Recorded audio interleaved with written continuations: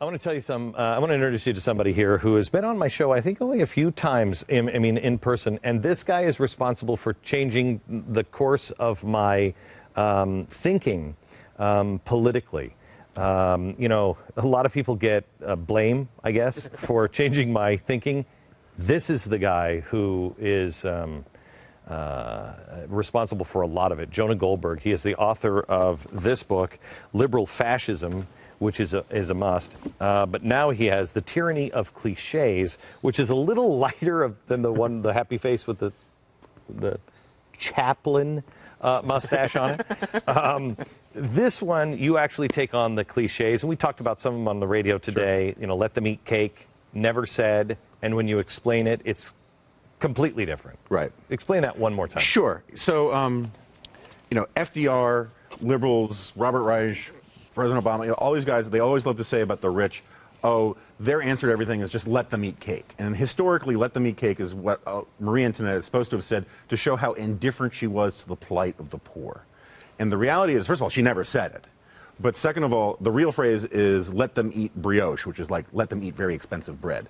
And the reason why a limousine liberal of 18th century France would say that, or I guess it would be a gilded cage liberal, or gilded chariot liberal of 18th century France would say that, is because they had a law that said if you're a baker and you run out of cheap bread, you have to sell the expensive bread at the same price. And so this completely... Which you could see our government doing right now. Oh, absolutely, right. It's the equivalent of saying that if you run out of Pabst Blue Ribbon, you have to sell 18-year-old scotch at the same price, right? It completely blows up the market. Right. No one wants to make too much bread for fear of, you know, and so when you say, why don't they just eat brioche? Why don't they just eat expensive bread? It was a classic sort of limousine liberal, out-of-touch, economically illiterate approach to say, well, they should just eat the more expensive stuff. And the whole reason why you had a bread crisis, not the whole reason, but one of the reasons why you had a bread crisis in the first place was because just like with rent control, how it screws up housing prices, the bread regulation screwed up the bread markets. Right. And, just as it would if you said, I mean, you know, the Pabst Blue Ribbon thing, but if you said buy regular gas, and if you're out of regular, then you have to sell super premium at the same price. Right. That would screw up everything. Everything. Because the refiners and they wouldn't know what to do. Right. I mean, you would just not want it. Right. When you start subsidizing the market, you skew the market, and then that's what creates these problems. Okay, so the point of this book is almost all of the phrases that you know are bogus, and they're made as traps to stop you from winning an argument. Right. You can't get past them. Right. That's a big part of it. I also want to say, look, I mean, conservatives, Republicans, they've got their own cliches, their own bumper stickers. But the difference between conservatives and libertarians on the one side and liberals on the other side is that conservatives and libertarians are honest about their ideological positions. Some. You know, well, right. But you know, you very rarely hear a serious conservative libertarian say, you know, I don't believe in labels or don't label me, right? It's only liberals who say, I don't have an ideology. Ideology is what you have. I'm just a pragmatist, a fact finder, a realist. I'm a member of the reality-based community. Whoa, wait. Why can't you say, I don't have a label? I mean, why is that a bad thing? Okay, so first of all, you know, like you have Michael Bloomberg thing, right? This group No Labels, right? Which is one of the most astoundingly stupid organizations in America. Michael Bloomberg is involved. Yeah, of course. And you know, in the book, I trace the history of this whole argument from Napoleon, and I bring it all the way up to Bloomberg, and I kind of like the symmetry of two megalomaniacal, 5'0" dudes who want to run everybody's life.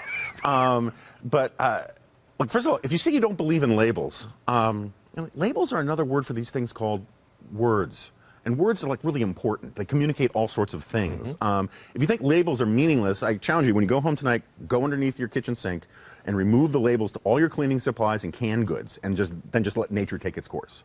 Right? But second of all, when people do this, I don't believe in label stuff, or can't we get beyond these partisan differences and get beyond this ideological divide stuff, you hear this all the time in Washington. You never hear people say, we got to get past these ideological differences, we got to get past this partisan divide, and so I'm going to abandon all of my principles and agree with you. People only say this when they want you to shut up and get with their program. And so when they say we got to get these labels out of politics, what they're really saying is, please stop bringing up your principled objections to my agenda. And it's sort of a continuation. It's the same version of what I argue in liberal fascism, right? In liberal fascism, one of my arguments is that the best working definition of a fascist in contemporary life is simply a conservative who's winning an argument, right? Because it's what they say to shut you up. When Al Gore says his critics are like Nazis in brown shirts, he's not saying it to start a conversation. He's saying it to demonize someone. Right. And but let's go here, because you got you didn't have any problem with that cover, did you? I mean, nobody said anything about that. No, not at all. No, not at all. No, okay. no, yeah. When I said, look, you're planting the seeds of fascism. These are the same seeds that were planted by communist China, Russia, Nazi Germany, Mussolini. Oh my gosh. Now you, of course, are calling the president Hitler or Mussolini, right.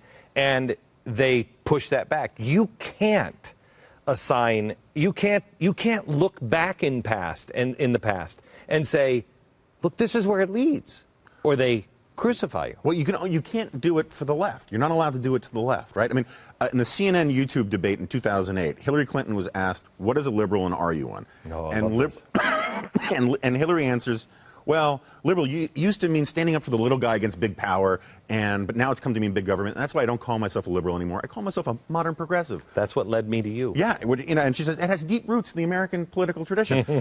I always want to ask people, if Mike Huckabee had gone up and was asked, "Are you conservative? And what is a conservative and are you one?" If he had said, "Well, conservative used to mean this, but now it means that, so I don't call myself that anymore. I call myself a modern Confederate," which has deep roots in the American political tradition. Right? The New York Times would get its dress over its head. There would be riots. Doesn't he understand the political history? Doesn't he understand? The left has no obligation and no responsibility or accountability to own its own intellectual history. And that's part of the book, is that they reject all of that because they don't want to be hindered by it. They don't want labels. They think labels only matter for demonizing and criticizing others. And that's what we saw with the Tea Party. Right. And so let me go. So I want to get to some solutions here in a second. But sure. I got to get to one really satisfying story. It is, I'm guessing, the most, if I'm your editor, I check one fact over and over and over again. Okay. And its initials are BS. Barbara Streisand. Oh, Barbara Streisand, yeah. Okay, well, look, there's a certain sort of vendetta or tongue war between me and Barbara Streisand. And I don't know if she knows about it, but I enjoy it enormously. When I started writing for the LA Times, she publicly canceled her subscription in protest. Because of you? Because of me. And, it really doesn't get much better than that. That's fantastic. I mean, there's not much I can claim that you can't, but I got that one. And so Barbara Streisand, I use her as one of these examples of how the left has these, the last place in America where you can live like a true aristocrat, like a royalty from olden times, is if you're a Hollywood type, right? And so Barbara Streisand, among other things, has orders to her staff. They're not allowed to look her in the eye. I know that to be true. She basically lives like an Egyptian princess. And the problem is, there are a couple of problems. One is she says she wants to impose her vision on the entire country, right? She can't even handle freedom for the people around her. And my answer to so many of the problems in public policy is to push all these things down to the most local level possible, right? But anyway, so she had this response from my LA Times column when I got picked up at the LA Times. She said, "Goldberg dilutes the gamut of diversity. Now we like to be tested and all this." And she uses diversity if it just means good, right? And the problem is that the person I replaced, this guy Robert Scheer, who's a soaked-to-the-bone socialist, 60s radical, she and Barbara Streisand agree on everything, but she thinks diversity just means good. Diversity always means having your own preconceptions confirmed and supported, and that's the way the left uses diversity. They use the term diversity as a way to justify their positions on everything, and if there's a kind of diversity that challenges it, it's no longer diversity. And the real problem when it comes to social policy for diversity is that if you look at higher education, if you look at government quotas and all of that kind of thing, the way they use diversity is a way to permanently empower bean counters, quota mongers, and the rest to be able to organize populations the way Stalin wanted to organize populations. The idea is that if diversity is good, they say diversity is as good for you in education as it is in as learning math and science and physics. And this is a complete reversal of the old argument. Whatever you thought of the old argument for affirmative action, it was a serious moral argument. The serious moral argument was black people were treated shabbily, they were treated evilly from slavery and Jim Crow, and they're starting from behind, and we got to help them out. That's a morally serious argument. The argument for diversity says we get to pick and choose who the special people are, who deserve credit. It's not Jews, it's not Asians, it's Hispanics and blacks, and we get to permanently decide how we're going to organize these institutions, and it's all about getting more power for social planners. Okay, when we come back, we have another segment, right? Yeah, let's take one more segment. Back in just a second. One more segment with Jonah. To your network. Back with Jonah Goldberg about his book, Tyranny of Cliches. Jonah, I want to we have a couple of minutes left. I want to take through two quotes. First one is Crowley. Okay. Explain who he is, what he's talking about here. Herbert Crowley is a main character in Liberal Fascism as well. He's the founder of the New Republic, the author of The Promise of American Life, basically the founding father of American progressivism. He was the lead intellectual for both Woodrow Wilson and TR, a central figure in American liberalism. Really bad dude. Well, here's what he says about Justice, Lady Justice. Can we put it up on the screen? I don't have the quote here in front of me. There it is.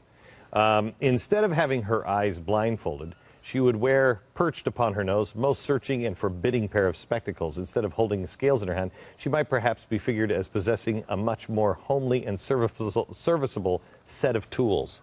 Right. So what this is about is, you know, the whole phrase "justice is blind." Mm-hmm. Right. This is the cornerstone of Western civilization. The whole idea that when you're seeking the rule of law, neither fear nor favor. It's just simply going with the facts, justice, right? That's what you want. We're a nation of laws, not a men. Rule of law, right? That's the oath that every judge takes. And Herbert Crowley and the progressives want to get rid of that notion, and in the name of social justice, replace the idea of a blind Lady Justice with her scales, and replace it with this woman who looks like, you know, Inspector Gadget after a sex change operation, you know, and who would use all of these different scientific methods to figure out what would be good according to the rules of social justice to advance the cause of progressivism rather than actually giving out dispassionate justice. What a nightmare. Yeah. What an absolute nightmare.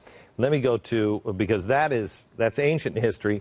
Now let's go to the United Nations 157-page report, the World Day of Social Justice, which is happening now every year. Right. It's celebrated in some of the schools here in America.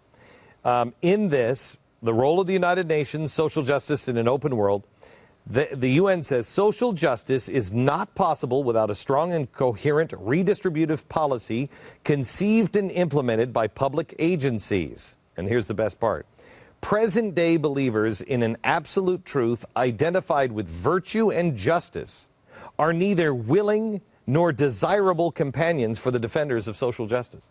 Yeah, I mean, they're saying exactly, UN bureaucracy is saying exactly what you've been saying for a very long time about social justice, that social justice is about economic redistribution, that if you believe in traditional values, traditional notions of morality and truth, that if you believe that it's not the role of the government to take all of your wealth and then decide how much you get to keep, then you cannot be a friend of social justice. Which, in a certain way, is true. It's just really amazing that they're saying it. You know? Yeah, no, you know? It's true because they've been saying that I'm wrong for saying it, yeah. And here it is. And this is what amazing. Present-day believers in absolute truth, right, as defined by virtue and justice. So, absolute truth, and that truth has the earmarks of justice and virtue.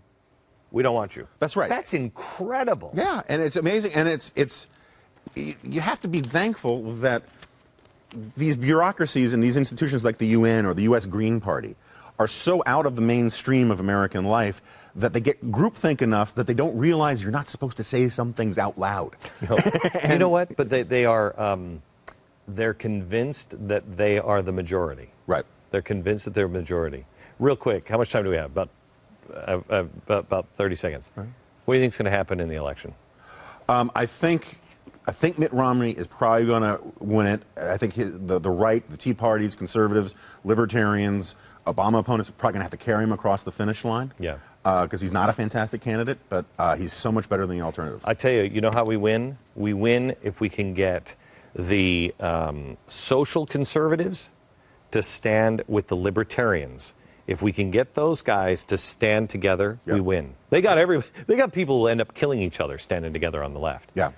We just need to say, I don't agree with you on everything, but enough. Right. But it's easier for the left because they all get a slice of the pie. Yeah. And on the right, the whole goal is to get the government out of our lives. Right. It's a different approach. Jonah Goldberg, again, the name of the book is The Tyranny of Cliches. From Dallas. Good night, America.